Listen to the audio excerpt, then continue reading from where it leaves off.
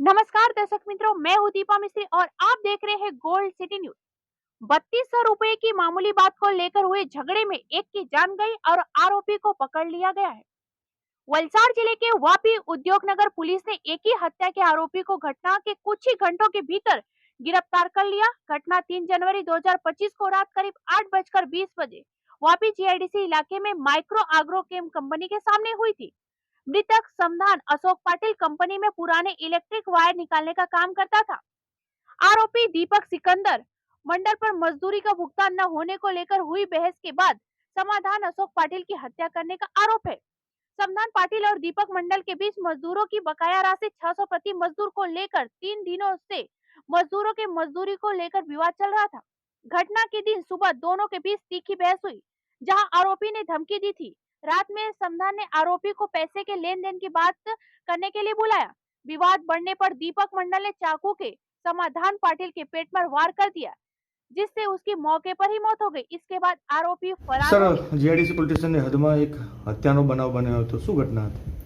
Vapi GIDC વિસ્તારમાં micro ઓર્ગોકેમ નામની કંપનીના જ બંને કામદારો વચ્ચે બબાલ થયેલી અને એ પૈકી એક કામદારની ચપ્પુ મારીને હત્યા થયેલી છે એવી જાણ ગઈકાલે રાત્રે 8 વાગે જીઆઈડીસી પોલીસ સ્ટેશનના પોલીસ ઇન્સ્પેક્ટર શ્રી મયુર પટેલને થયેલી અને આ બાબતની ગંભીરતાને લઈ શ્રી મયુર પટેલ પોલીસ કંટ્રોલ રૂમમાં અને પોલીસ અધિક્ષક શ્રી કરમલાલ વાઘેલા સાહેબને જાણ કરેલી અને વલસાડ જિલ્લાના પોલીસ અધિક્ષક શ્રી કરમલાલ વાઘેલા સાહેબની સૂચનાથી અમે તથા જીઆઈડીસીનો સ્ટાફ તાત્કાલિક સ્થળ પર પહોંચી ગયેલો અને આ કામે ભોગ બનનારને હોસ્પિટલ મોકલી આપ્યો, પરંતુ ડોક્ટરે એને મરણ જાહેર કરેલો હતો, જેથી ભોગ બનનારના જે સંબંધી છે એમની ફરિયાદ લઈ અને તપાસ શરૂ કરેલી।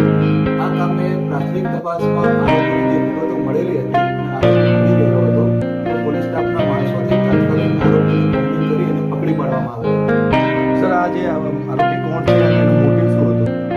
ફરિયાદની જે હકીકત છે, ફરિયાદમાં જણાવ્યા પ્રમાણે મરણ જનાર છે સમાધાન પાટીલ એમનું નામ છે અને એ આ કંપનીમાં ઇલેક્ટ્રિક ડિપાર્ટમેન્ટમાં કામ કરતા હતા, ઇલેક્ટ્રિકનું કામ કરતા હતા અને જે આરોપી છે એનું નામ છે દીપક મંડલ અને એ આ જ કંપનીમાં લેબર કોન્ટ્રાક્ટરમાં સુપરવાઇઝર તરીકે કામ કરતો હતો।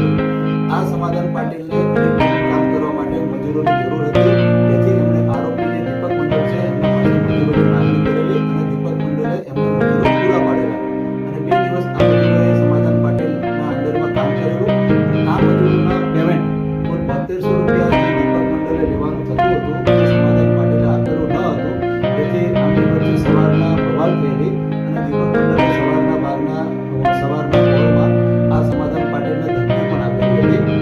ત્યારબાદ બપોર પછી સાંજના સમયે એટલે જે બનાવ બન્યો એ સમયે સમાધાન પાટીલ અને દીપક મંડલ ફરીથી કંપની આગળ મળેલા અને આ જ પૈસા બાબતે એમની વચ્ચે બબાલ થયેલી। એ બબાલ દરમિયાન આ દીપક મંડલે પોતાની પાસેનું જે ચપ્પુ હતું, છરી હતી, એ મરણ જનારને મારી દીધું અને મરણ જનાર ત્યાં જ મરણ ગયેલા હતા અને એમ્બ્યુલન્સમાં હોસ્પિટલ લઈ ગયેલા, પરંતુ ડોક્ટરે એમને મૃત જાહેર કરેલા હતા।